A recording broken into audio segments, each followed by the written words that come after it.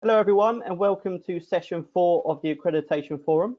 In this session, I'm joined by Steef van der Velde, Board Member and Chair, IAAB, Professor of Operations and Management, Rotterdam School of Management, Erasmus University. Michele, Director of Executive MBA, Kemmy Business School, University of Limerick. Leila Triki, Dean Mediterranean School of Business, South Mediterranean University. And they'll be discussing about maximising chances of accreditation success and the role of the accreditation panel. So in a moment, I'll pass over to Steef, who'll be the chair of the panel. But before I do, just like to let everyone know that there'll be a Q&A section at the end. So if you have any questions throughout this session, please type them in and hopefully we'll have a chance to answer them all at the end. So without taking any much more of the time, I'll pass over to Steef. Okay, thank you, Paul. Good morning, everyone. Thank you for joining us for this particular panel. Maybe as an additional introduction, indeed, I used to be the Dean of Rotterdam School of Management for 8 years. I stepped down last year, then I enjoyed a sabbatical, and I came back into the faculty about a month ago. And I just happened to be on campus. So probably like where you are today, most of you probably are watching this from home. We are going through a second spike and the restrictions have become stricter and stricter. So it's very much encouraged to stay at home nowadays. What's also important to mention is that I have quite some experience also with ACSB and with EQUIS. And our school has what's called the Triple Crown, and we've had it for many years, I think, since the early 90s or the second half of the 90s. So I'm also in a position, I would say, to compare these three accreditations, ACSB, EQUIS, and AMBA. Michele, Leila, do you have anything to add to what Paul already said in the introduction? No, actually, I think this is going to be very exciting. This is the type of panel and panel session that I would absolutely love to have had more of when we were going through the initial accreditation process and every time we go to be reaccredited. It's a really useful one for people to actually ask questions and share the insider tricks and tips, things that we've learned and we picked up from all over the world. But again, we have ACSB, AMBA accreditations, we have EQUIS on the way, hopefully. So we have a lot of personal experience in our school, the University of Limerick on the western coast of Ireland. So we have a lot of personal experience, but like you, I've also sat on quite a number of accreditation panels all over the world, which have been really interesting. And hopefully we'll share some of those learnings today. Leila?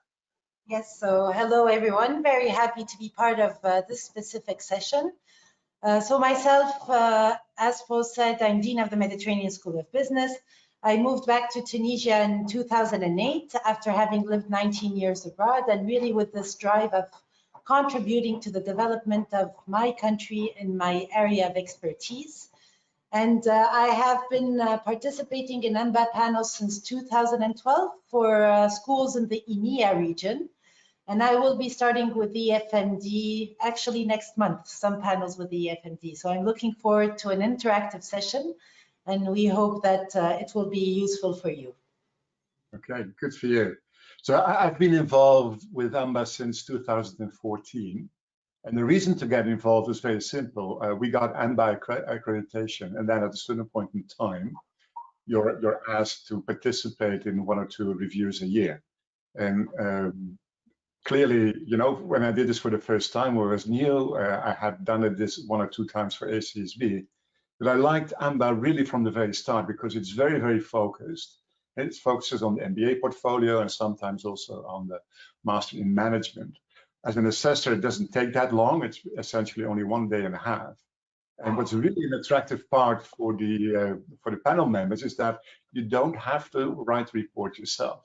In contrast to ACSB or EFMD, you have someone from the AMBA accreditation team writing the report afterwards.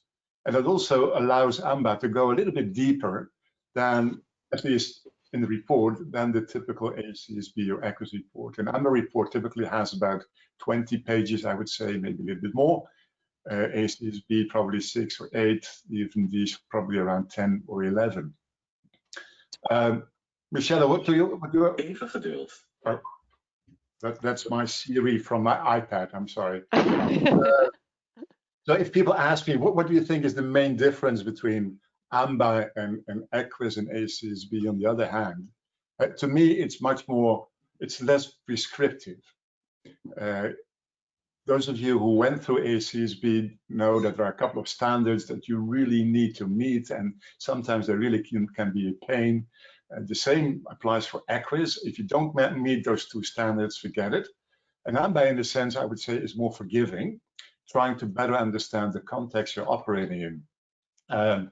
Also, as a panel member, I always point out to the school that an accreditation actually has two goals. On the one hand, it's about compliance. Is the school meeting or still meeting all the principles, all the standards? And the other hand, it's about advice and consultation. And clearly, if you go through an accreditation for the very first time, if it's an initial, the initial emphasis might lie a little bit more on compliance. But definitely, if you go through a re-accreditation, it's much more about consultation and advice. And that's where typically the added value lies for a school. Leila and Michele, what was your experience in that particular regard? So what was your approach of handling a visit? Would you say compliance is more important than advice, or the other way around? Well, I'm framing the question, I understand. Yeah. For me, initially when I read the documentation, I read the document and I look at the school on the website, and what I'm looking for are the basic elements there. Do they have the right student numbers? Do they have the right contact hours? So there's a certain element of compliance that I'm looking for initially. But once that's there, then what I'm looking for is to understand the school and their context, because the really interesting thing about being an AMBA panel member, and actually I remember our own panel, actually I'll digress a little bit. I remember our own first panel. I was so impressed at the wealth of experience that they had. And they came with a very clear viewpoint that they weren't there to judge simply against criteria. They were there to really understand us and how we worked and try to help us to see ourselves from a different perspective. So what I've done is I've taken that learning, and every school that I go to, when I'm looking at their documentation, I'm looking to understand them from their perspective, so that I don't come with that, well, I have the right way in my head and you must follow my rules. It's very much about, well, how can we help you with the various issues and challenges that you face? Because every school has got issues. Every school has got challenges. So what you're trying to do is find a solution for them that might be workable. And from their interaction and their interrogation of that issue, you learn a lot more. And you also then, when you come home, take a look at your program and go, okay, how can we do this? How can we change that? So that there's a very circular learning experience. And I have been asked by people, well, do you take ideas from other schools and bring them home and implement them exactly? You can't. Because you look at a school and they may be absolutely excellent. You love what they do, but it just doesn't work for you. It's not the same. Everything is very context specific. And I think, Steef, that's a very important thing that you noted. It's the context that's important, and it's the attitudes of the panels. Every panel I've worked with has been excellent in that they all come with the same idea that they're a critical friend. They're your friend, but they're there to ask you the difficult questions that you stop and you think about. And your reaction and your interaction with those questions is really important as well. It's, because I've asked some nasty questions of people, not because I want to trick them, but because I want them to start a journey of understanding where they are and where they might be. And they've been handled in very different ways by people. Like some people are really open and they go, oh, actually, no, we didn't think of that, or, and they'll be open and they'll say it. And other people seem to think that it's almost a test, that if they don't give the right answer and defend the answer they've given in the documentation to the very death, then they're gone. And that's a very difficult relationship. Then you've got to try and bring them around to show, look, we're asking the questions because we want you to engage with the substance of the question. We're not asking the question so that you have to defend it to the end. Sometimes putting your hands in the air and saying, actually, you're right, we didn't think of that. We need to go back and look at this again. And that's a fabulous interaction with a school. That's the kind of interaction you're looking for, that chat, that conversation. But at the same time, in some cultural environments, it's pretty hard to ask brutal questions, right? Because you don't want to have that a dean or the leadership team is a losing face in front of the others. So in some schools, at least in my experience, you know, you talk to the leadership team, maybe 3, 4, 5 people, but in some countries, actually, 40 people are present in the same room, and that changes dynamics totally. Definitely.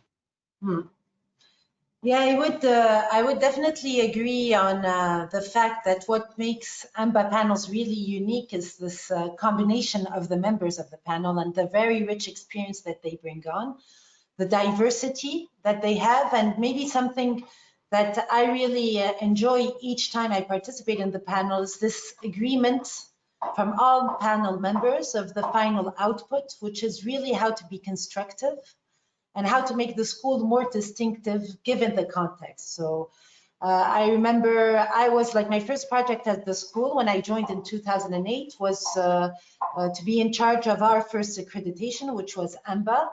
And what I really enjoyed is the process, and it for us, we're kind of an academic startup. So the school is 17 years old. It started with an executive MBA, and AMBA was our first accreditation. And it was really putting in place the building blocks of how to put in place a good governance. They asked the right question to make sure that you will be more resilient given the challenges that the school that is very young will go through. And actually, like you said, Steve, in the sense where how to make sure that people, you know, the leadership team won't lose face. Where each time at the beginning of each sessions, with AMBA panels, they would put this trust, you know, they would make sure to put this trust relationship by saying, we're here to help you, or here, we will ask difficult questions, like you said, Michele, but at the same time, these difficult questions are here to make you more, you know, distinctive and better at what you do. So that's something that really helps a lot. Schools, I think at the beginning, you feel all the people a little bit stressed. Here's the panel, who are they? What will they be doing? But really, the chair does a very good job in putting people at ease. In the sense, we might ask difficult questions, but this is really to have a better constructive feedback to where you stand and where you want to be in the future. Yeah. So my very first experience with AMBA was my second accreditation as a dean. So the first one was with ACSB in 2012. 1 year later, AMBA. And of course, at that point in time, as I was pretty novel in the job, and initially I was looking at, okay, what are the differences? And what really struck me is that essentially AMBA comes over for just 1 day, right, or 1 day and a half. And I thought, okay, how much can you contribute in such a short period? And at the end of the day, because at the end of the day, you already get a feedback, we were all stunned, but because of the added value, because at that point in time, we were at a crossroad, what to do with the MBA programs versus the undergraduate programs. And that also has to do with my school. We are partly public. All the undergraduate and master programs are publicly financed. And we are partly private. MBA programs, they are actually in a limited company. And the big question for us was actually how to synchronize, how to make sure that you have economies of scale and that you make each other stronger. And at the end of that particular day, we got so many wonderful recommendations that I thought, okay, you know, AMBA to a certain extent is better than all the others because they look at everything. And AMBA is very much focused on our MBA portfolio. So the added value for us was very clear right from the very start. And since then, I became an ardent supporter of AMBA. So that's my personal experience with AMBA and AMBA accreditations, at least from a dean perspective, right? Yeah. Okay. So what would you say is the critical thing for a school to prepare? How to prepare best for a visit? I think you already gave a glimpse of what they need to do or what they should do in order to have or to maximize the added value. But what do you think are really the critical things that schools should observe? Leila, do you want to go first this time? I'm conscious that I'm hogging everything. Sure. So I think the school must choose the right moment to go for accreditation, in the sense where sometimes it could be too early. Like Michele said earlier, in the sense there are some, compliance, there are some things that you need to make sure that you have a consistent number of students that come in the program, a consistent number of contact hours, of curriculum breadth and depth that the school is presenting. So those are kind of the first checks that you really need to look at and choose the right moment. You could say, okay, right now I'm missing this or this. For me, it's okay to wait 2 or 3 years, but not go too early, because then it would you would miss out on so many things, and maybe also send, because it's a school endeavor, so maybe send the wrong message to your team as well at the school. So as a dean or as a director of a program, you also need to make sure that's the right moment for your school and for your program to go for that. Also is to be fully engaged in quality and improvement, because it's not so much they're coming and I have everything, I have the list, I'm sure to be to satisfy all the checks, and once they're gone, not to fully engage in the process. And so I think that's very important, to make sure that you have a quality team, to make sure that you put the right human resources and the right financial resources, because you will have, if you're missing things, there are maybe some financial impacts, and make sure that in the leadership of the school, they are fully engaged in the process and in quality and improvement, because it's a lifelong process for me of the school. Once you do it, you really need to make sure that it's going to be continuous. And maybe one more thing, because before passing on to Michele, is to be very transparent. Yeah. It's, I guess you would agree, in the sense where it's not so much to say I have this. If you don't, it's okay to say you don't, but take note of it. Make sure for the next visit that you have tackled that issue. So I think it's, for me, the two most important things is be fully engaged in quality and improvement, and to be very transparent. Those are the two. Yeah, I've just discovered the joy of going second. Leila's made some excellent points.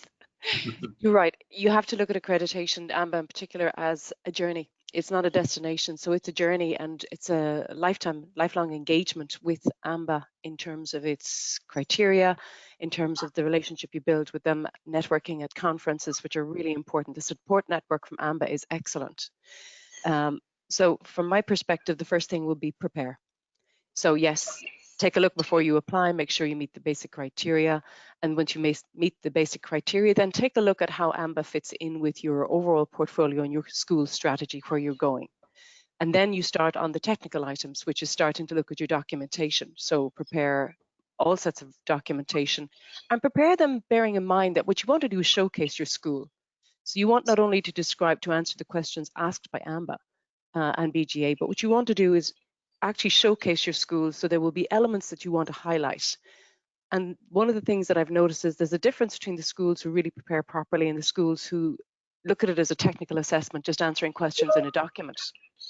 The schools that prepare properly are ones that about, I'd say, halfway through the writing up their document, they start to prepare their base room. They don't physically set it up, but they start to look at, well, what will appear in our base room? So the examples that they're giving in their documentation are examples that they can highlight. So take, for example, if I was going to talk in the documentation about Steef's module in operations management and showcase this as an example of excellence, then in my base room, I should have examples of Steef's material or something that Steef has done, publications, for example. But if I know that I don't have access to those, or there's something that might be a better example, then really I should use the better example in my documentation. So I need to actually integrate my preparation so that I'm thinking not just about each item, each document as I prepare it, but the whole visit and the base room, so that everything is prepared in one go. And I agree absolutely, Leila, you're right. You need to brief people. So we would look at very carefully a briefing process regularly throughout the AMBA life cycle. So we brief our students to make sure that they're fully aware of what AMBA is, what the services it can provide for them, the value of the relationship, how important it is to industry. We brief employers. We brief our own faculty and management, our university's top management, on a very regular basis, so that they're completely au fait with AMBA and they're not likely to turn up to a visit and say, who? Yeah. We also, anybody that is any way peripheral to us, we brief so that they know what AMBA is, what they're looking for, what the key criteria are, and how they work with us and how they help us. So that briefing means that I'm never going to have a moment where somebody does stand up and say, I'm sorry, I have no idea what this is all about. We also integrate our support teams. So outside our faculty and outside the teaching team, we look at our support teams, and so we start to make sure that they're fully involved in AMBA and they understand what the accreditation criteria are. We also take a look at our student profiles to make sure that we have the diversity across that profile that we are looking for. And that for us, because we're a peripheral region, is less about different nationalities and different passports and more about the different type of people on the program. So we look at that. We also, in the preparation process, make sure that our teaching profiles have enough diversity so that we have enough people who are, yes, top researchers, but also industry experience. We look at the consultancy activities of our faculty as well, our teaching team for the MBA, to make sure that they've got an interesting story to tell.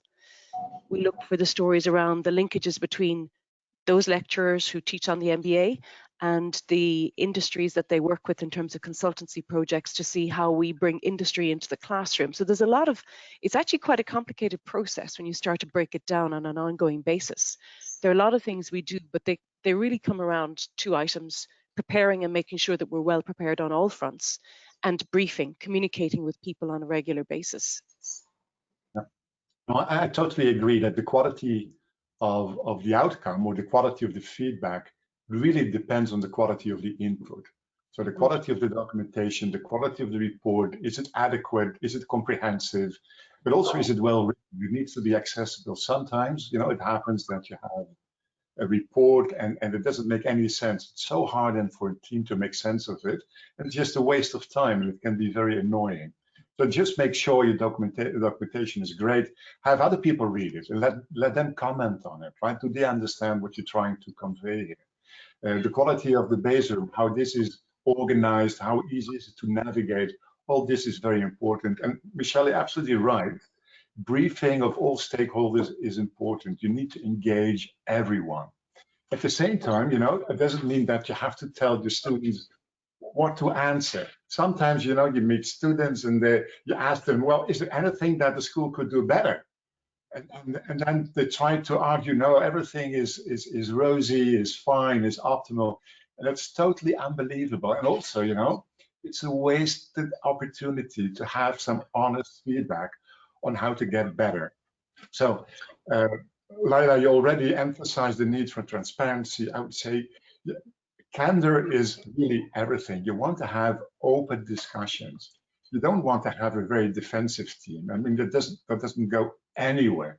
And it's also, you know, from a team perspective, like Michele said, you also want to get something out of it, right? I always hope that I find maybe 1 or 2 golden nuggets that I can bring home. And you're right, Michele, very often it's very contextual. But for instance, I went to a school and what they did is they put the Master in Management students and the full-time MBA students together in their electives. And that's something we never thought of. And we're still not doing it, but now at least we're exploring it. And sometimes you have these great ideas just by looking around at other schools, and why not try and steal some best practice? But I would agree, preparation is really key, is really everything, right? Yeah. I think that sometimes schools should try and avoid is that you only have one spokesperson. Sometimes it happens that you have an interview, that you have discussions, and it's essentially only the dean who is responding, right? So it's almost like a monologue. And although maybe other people are present, if they are not engaged in a discussion, it just signals a kind of a disconnect between the senior leadership team, or maybe just the dean, and everyone else. You just want to have the feeling that everyone of the school is on board. Right? So yeah, that's very important. And the other things that you would say, please don't do this as a school. That's really actually bad practice. Yeah, can I echo something that you referred to very briefly about students? Because I've been at one particular school visit where the students were given a script. They were given points that they had to make, and they were given a script, and it was so obvious. It was horrendous to watch, because the opportunity to really see what they thought and get their input. Yes, when you have a free speech with students there, anything can happen.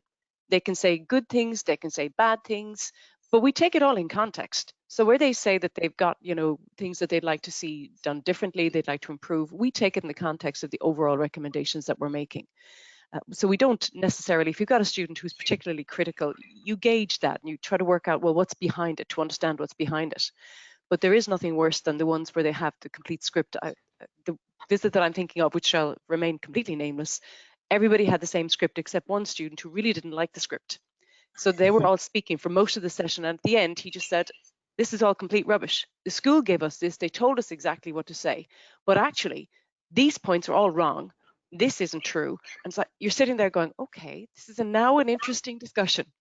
So when you overcoach them, you might be trying to help them, but when you coach them, when you give them things to say, it doesn't work. You're better off just to communicate with them what the process is about and let them speak. Just let them speak. You'll find that they generally say really good things about the schools because they're all proud of their program. They're happy to be on it. They feel honored to be on an MBA program. So let them speak. Leila?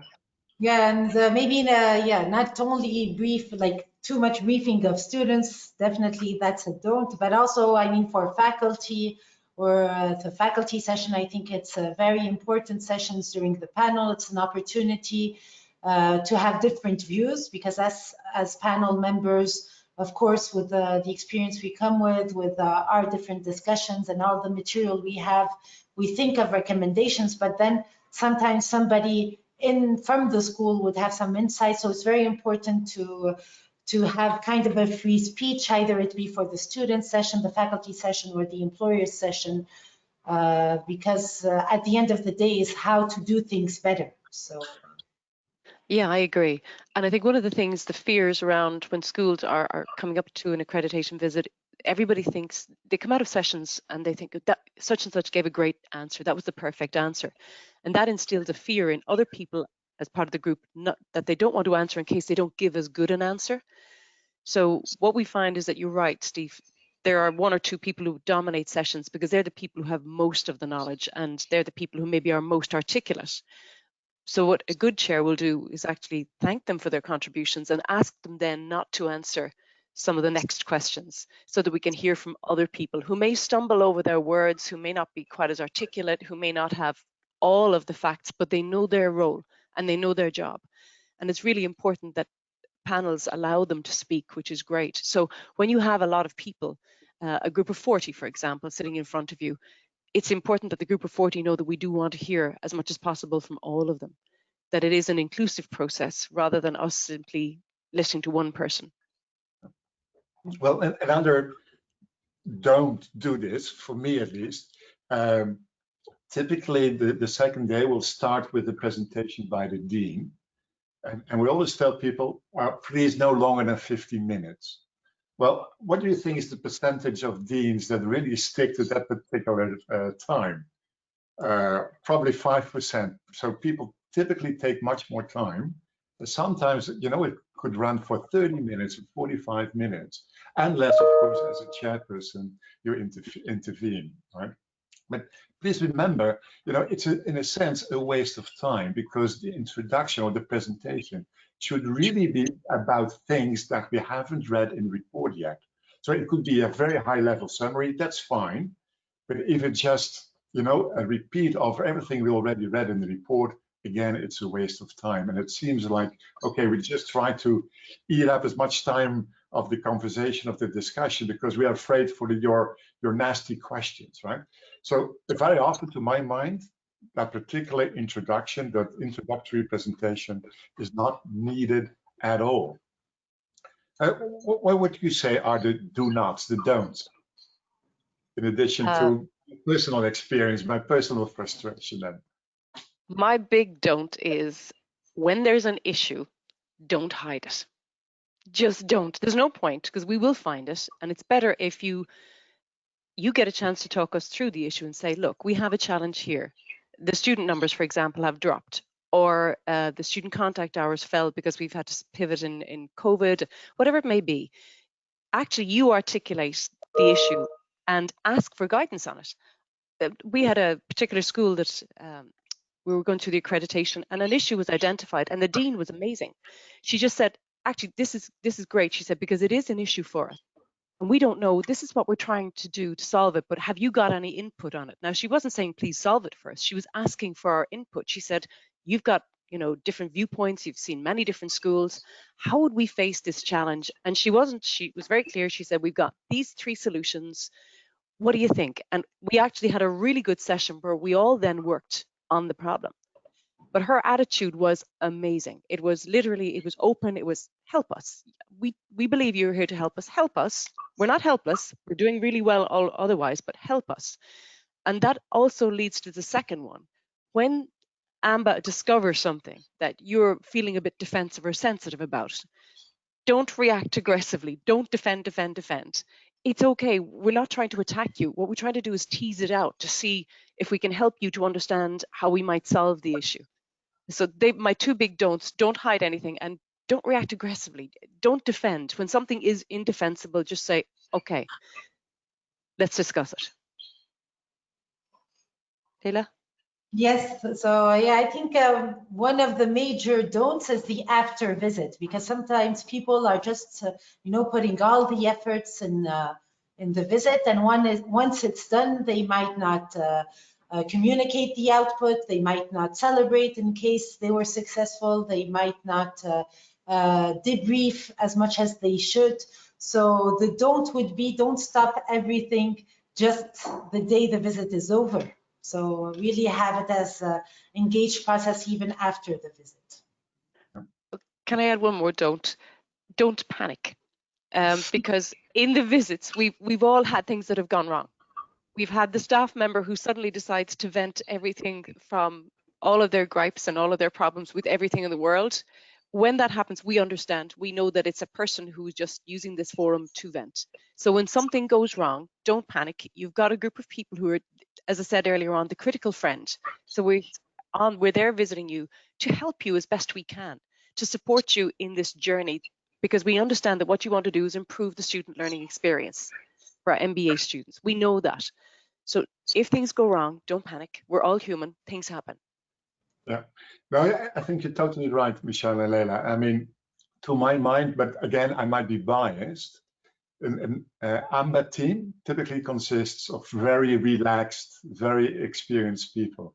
And it also has to do with the principles. Like I pointed out in the very beginning, ACSB and EFD have maybe 1 or 2 standards, and they really can be a big pain. And sometimes you got members of those panels that can really be stick in the mud. You know, if you don't observe, if you don't satisfy those standards, you're in trouble. And AMBA works differently. There's more leeway, I would say.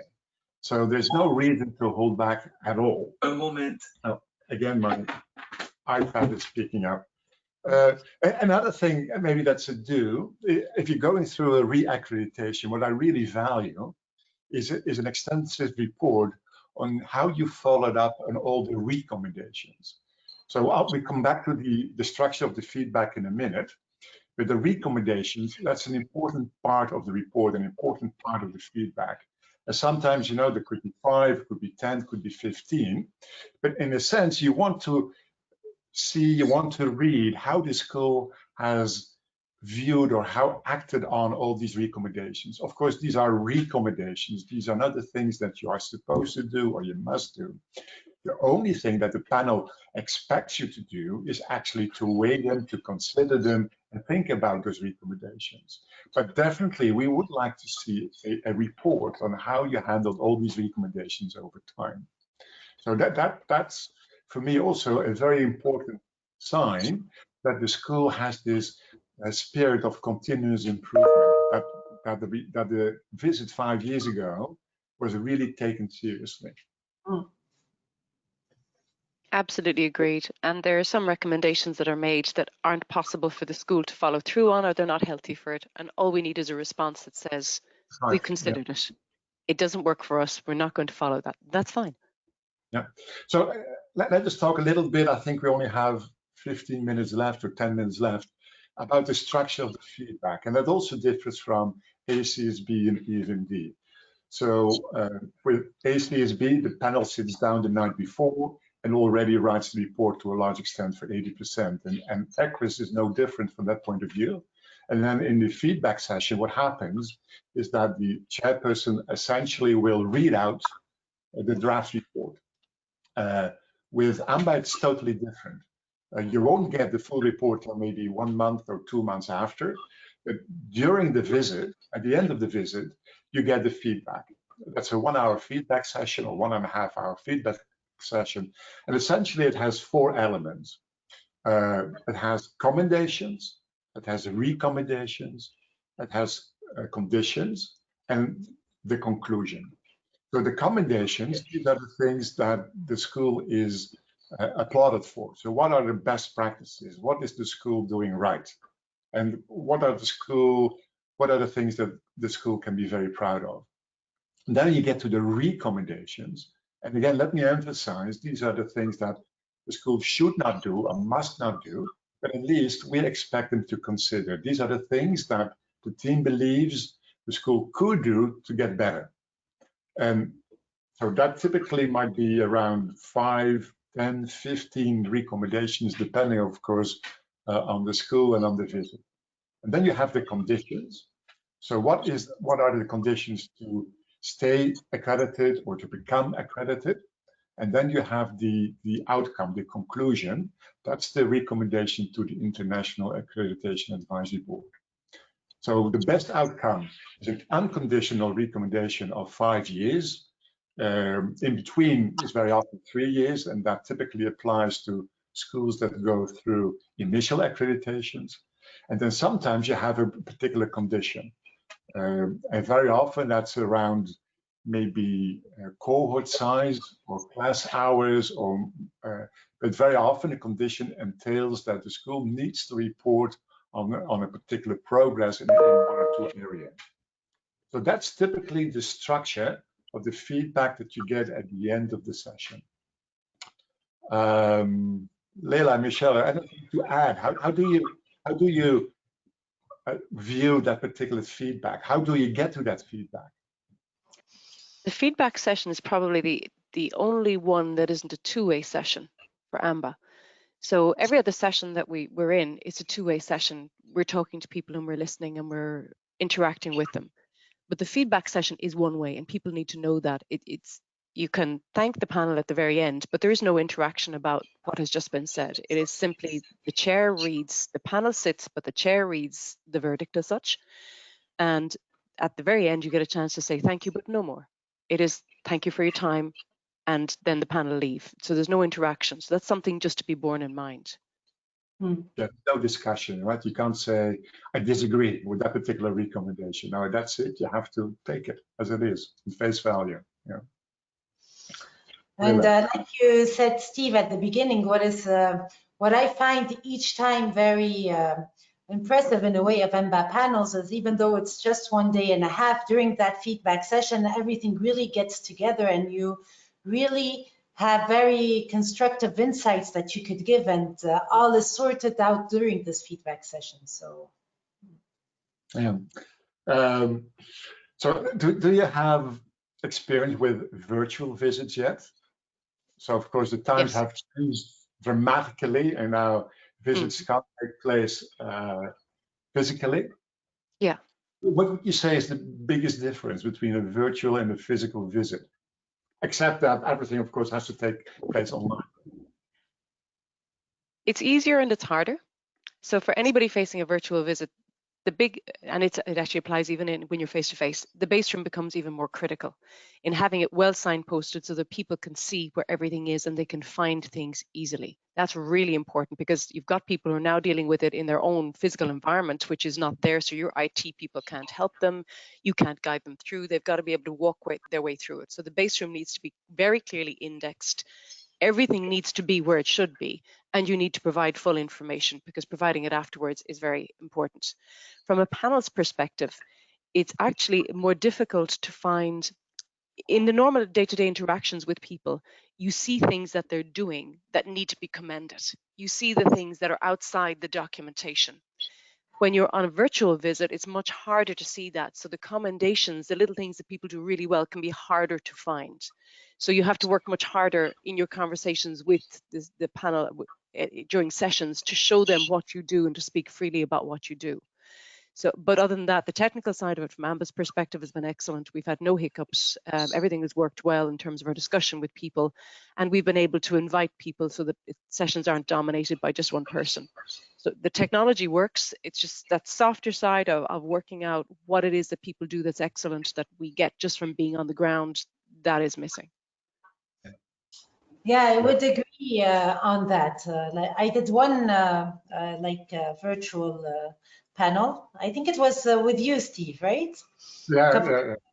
And I completely agree with Michele that the most difficult thing is to have this, what do they do really well? And so thinking of that, we're having a visit of an accreditation body in a couple of weeks, and something they ask for is for the virtual visit, because you don't get to visit the campus, right? To do a video.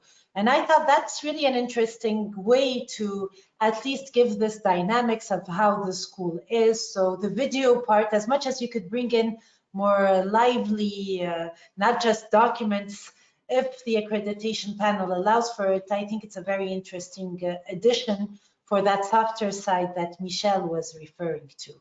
But other than that, the technical side, as Michele said, is very well, outset, even if it's a virtual visit.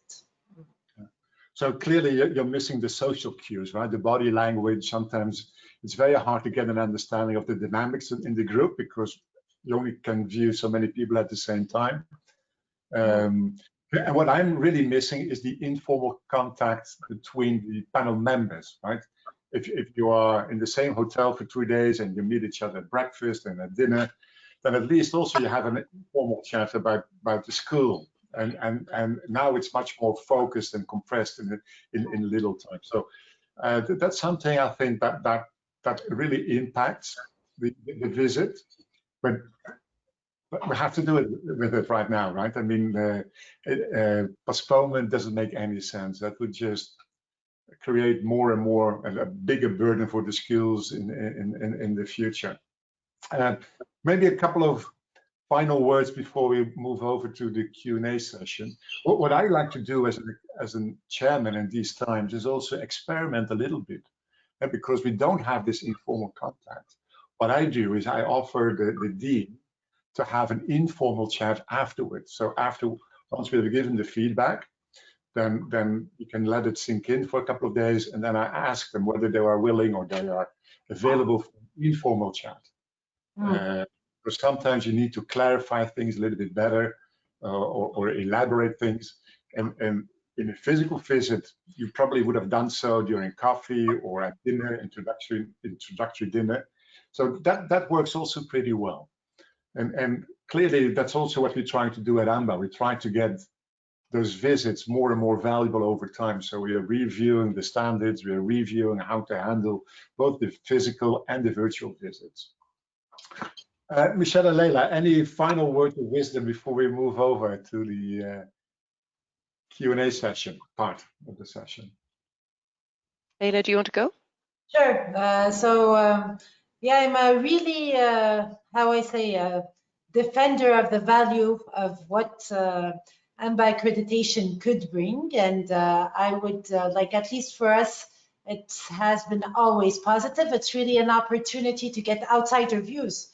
And that's a great way to do things better, step back, if it's once every 5 years, step back on how you're doing, getting some views and moving forward with it. So I would encourage any school that has solid programs to really engage in the process. And for me, again, as Leila said, and Steve has alluded to, the value of having experts who are immersed in your program. It's unbelievable, because the experience they have, the insights they have, the perspectives they have, it's all just focused on one program. Every other accreditation process is focused more widely, really. And this is an international one, so you get international perspectives. The value of that is amazing.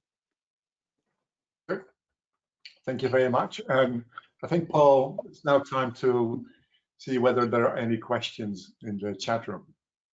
Thanks, Steve, Michele, and Leila for a great session. There's been lots of questions coming in, so thanks for everyone who's been typing in the questions. We've had a lot of great comments as well, saying it's been a great session, a lot of great insights and takeaways that's going to help them for future visits and visits coming ahead.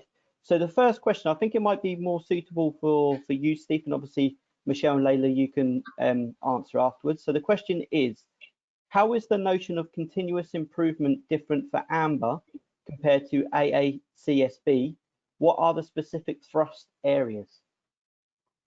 That's a very good point. I don't think per se there's a difference between the spirit of continuous improvement between AMBA and ACSB or EQUIS, right? It's a very broad notion, and clearly it's the sense that you want to have that the school is just trying to do everything better, that it has enough channels and mechanisms and procedures in place to improve over time. What was, Paul, was the second part of your question? I forgot already. It was the thrust areas. Yeah. So clearly, if you look at what's happening in the world right now, then what's getting more and more important is whether or not the school is making a societal impact, right? So traditionally, of course, you look at academic impact, maybe through research, and what's the level, what's the quality of the graduates that the school puts on the job market. But focus is now shifting also to societal impact. So what's the role of the business school in society? How is it adding to a better world or a more sustainable world?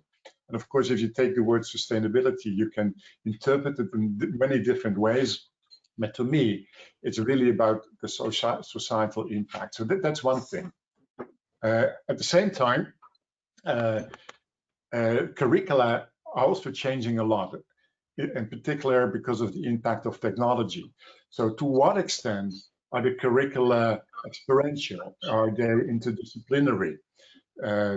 Things like that are becoming more and more important. And that's also the reason that currently AMBA is reviewing the principles to actually more emphasize these particular developments. Another thrust is diversity.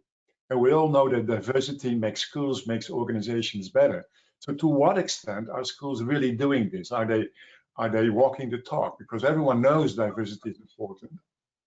But very often schools are ignoring this themselves. And believe me, I know what I'm talking about, because diversity in my school, at least gender diversity, was very, very poor. So these are the things actually that as an organization, as a panel, we're focusing more and more on year by year. Michele, Leila, something to add? So maybe towards the first part of the question, so we have AMBA for the past a little bit more than 10 years, and starting with the ACSB. And from our experience, it's really two accreditations that complement themselves very well, in the sense where, like Steve said, in any case, it's continuous improvement. For both, there's no distinctiveness in that. But in terms of focus and feedback, you would have so AMBA really has this focus on your MBA, how to make it more distinctive. Are you targeting the right niche? Is the curricula well adapted to your context? And is it international, etc.? What is AACSB bringing to our school these past 2 years is more of an institutional focus. So it's more the school and the mission impact and the school as a whole, and not very specific on the program. So I really think that in terms of journeys, the same journey of continuous improvement, and both complement each other very well. I can add to that a little bit, just to say that yes, absolutely, all the accreditations dovetail well together, and they all have very specific areas for continuous improvement. But what AMBA does allow is an area for individual improvement. In other words, the recommendations are based on specific issues for a specific school, and they encourage you to develop in that context, that it is, you have individual areas that show how unique you are, and they encourage you to do that. So that's one area that's different. The rest are all about improving the student learning experience, improving the program strength, What I would say is interesting from a wider perspective and look at societal perspective is, yes, two things will come to mind at the moment. The thrusts would be agility and sustainability. Well, actually, I'm going to add another one in. 3, responsibility. Those 3 areas are key and are going to become even more key. Agility, because we've all had to pivot suddenly with COVID, and we're going to be pivoting in circles, I'd say, for the next 24 months probably. So we need to show that we're agile in terms of the way that we interact with our students, our student markets, their employers, industry as a whole. Sustainability, in that we need to support business and longevity of business as much as we can, because we are now in incredibly uncertain times. We do not know what the financial sustainability of organizations is going to be going forward. We're in the big unknown. And the third one is responsibility. So we need to make decisions that aren't irresponsible right now, that we are looking out for the welfare of our communities, individuals, industry, and our environment, that there are temptations when we're under financial pressure to take shortcuts that have a long-term impact on the world we live in. And AMBA definitely is very keen to make sure that we are very aware that we have a long-term commitment to our world. Excellent, thank you. So we've got loads of questions coming in now. So I think this is a question for everyone. So the question is, my school is going through our first re-accreditation after our initial accreditation. How will this differ from our first panel visit? So I don't know if Michele, would you like to go first? Well, the good news is your stress levels should be slightly less, because you are at least familiar with the process and what is going to happen. But in actuality, it is pretty much like the same visit all over again. You will prepare the same documentation. The one thing that might be easier is your base room, and you will now see your base room as an opportunity to showcase your school. So you'll have a better idea of how to organize it and how to highlight what you do and what you do well. But yeah, I'm afraid for me, it doesn't matter whether it's the first time accreditation or re-accreditation, your adrenaline is running, you're still stressed, but at least you know what it's like, and you know you will survive, and that the panel are there to help you as much as they can. Yeah, and maybe also the fact that the good thing of a second visit is the fact that you, with the recommendations and you have the recommendations, so you feel good, you know what are the things that you do very well, so you're more confident. And you have kind of a roadmap with the recommendation, which for us has been always a guiding way to do improvements in our school. Yeah, so it's a follow-up discussion, and I would emphasize in the report also what has changed over the last 3 or 5 years. That's important for the panel to know, because the panel, of course, will have access to the first report, so they know what the first panel did and recommended. But it should be easier, more relaxed. Perfect. So we have another question. Useful advice on virtual visits and COVID challenges. Do you have any examples of poor responses to COVID so that the lessons can be learned? I had one with a school who didn't mention COVID at all. Their visit was due to take place. They had enough time to mention it, change their documentation and mention it, and they just didn't mention it. It just, I could understand. I know when you get to the stage of developing your document and something big happens, you just go, oh no, look, I'm going to pretend it's not there. But in the light of a panel visit, then a few months later, when we're doing it virtually, you have to talk to us about COVID and how it's impacting you and how you're coping with it. But I did think it was funny that they just ignored it. Yeah. And the other panel visit that I've done virtually since then, they didn't ignore it. They actually incorporated it into their document. They said, look, this is just hit. This is what we're doing. And it was really interesting to see their thinking around how it was going to impact them and what they were going to try and do to work around it and with it. So I've had 2 experiences, one ostrich pretending it isn't there, and the other one engaging with it and saying, okay, this is hit. It makes it easier for the panel to see how you're going to cope, to see how we can help you to cope with this, because we're all going through the same thing. We're all trying to figure it out. Yeah, no, that's exactly also my experience. So clearly there are 3 stages: the immediate response, so everyone was transitioning online, then what's going to happen in the fall, and what's going to happen in the long term. And clearly schools think differently about stage number 3, what will happen in the long term. So I've come across quite a few schools who really believe that everything will come back to how it used to be. So for a lot of schools, it's been a trigger to start thinking and strategizing around blended learning. And other schools are totally ignoring this trend and just will go totally back to fully physical classrooms. And to my mind, that this is not going to happen. I'm not going to say that everything will stay online. I don't believe this. But for sure, a lot of schools have obtained a lot of experience with blended learning, and that is going to impact our offering to a large extent. And as I said, some schools are totally ignoring this very important trend. Maybe I would just like to see it really as an opportunity to go more digital and follow the wave of what digital could bring as positive things for a school. What we've seen as really people we had, depending on the generations sometimes, but people were very trained to go even to use Teams or Microsoft or those types of tools.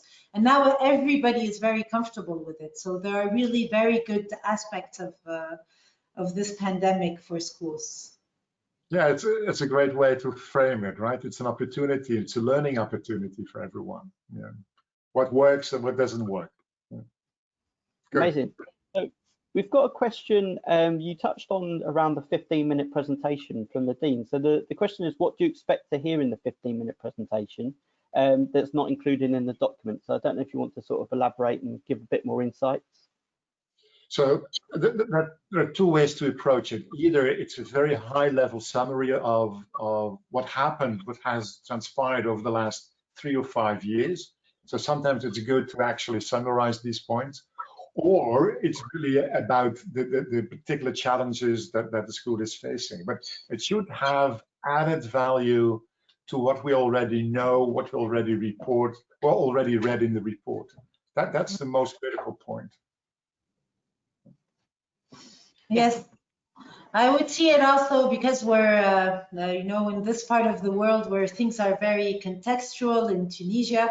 I think it's also an opportunity to raise these points, because sometimes if it's written in a report, so whatever is more contextual, I think it's important to bring it up in those 15 minutes.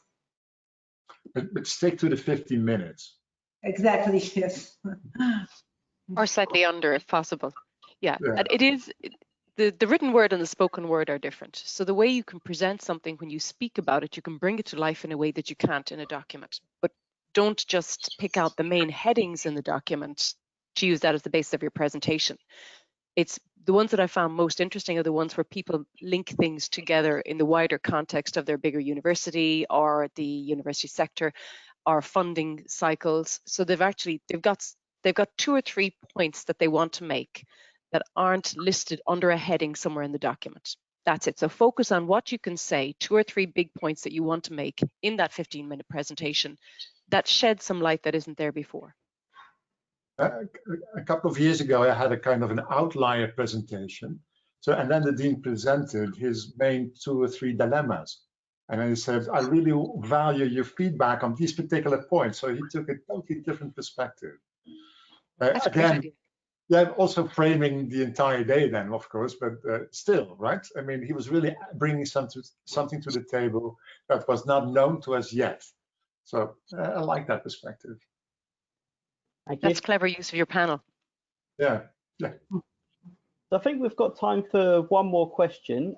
We've got loads of questions which have come in. So all the unanswered questions, we'll put them forward to Mark on Friday, the 9th of October. So don't worry, all your questions will get answered. So the last question, which I'm going to put forward to the panel is, what is the difference between a condition and a recommendation in a panel report? I don't know if you want to start, Steve. Yeah, so a recommendation is a piece of advice, essentially. So this is something we expect you to consider. It's not something you need to do. A condition is something you really have to do. There's no way around it. So in order to maintain your accreditation, you have to fulfill that particular condition. That's a big difference. And typically, you know, if you get a condition at all, it's just maybe 1 or 2 things. Yeah, that's it. Yeah. Yeah. Perfect. Thank you. So unfortunately, we seem to have run out of time. A great session, lots of amazing takeaways, and I thank Michele, Steef and Leila for taking the time out to join the panel. It's been great, a lot of great comments coming in from the audience. Just to let everyone know that we've got 2 more sessions taking place today. The first will be at 2 o'clock BST with Mark Stoddard, Percy Marquina and Hannah-Lena Pearson, and they'll be discussing AMBA and BJA joint accreditation. Following this session at 3:30 BST, we've got another session with Paul Michele, and he'll be presenting on online and hybrid instruction are here to stay. So you'll receive emails around an hour before the session's taking place with the link inside to join those sessions. So obviously, just like this session, click the link and it will redirect you to the GoToWebinar page. Just before we go, there'll be a post-event email sent out following the event, and you'll be able to access all the recordings and the sessions, so you can review and listen back again to the sessions. Lastly, just thank Steef, Michele and Leila again for a great session and taking the time out, and we look forward to seeing you all at another session during the forum. So thank you. Thank you all. Yeah. Bye, Paul. Bye-bye. Bye.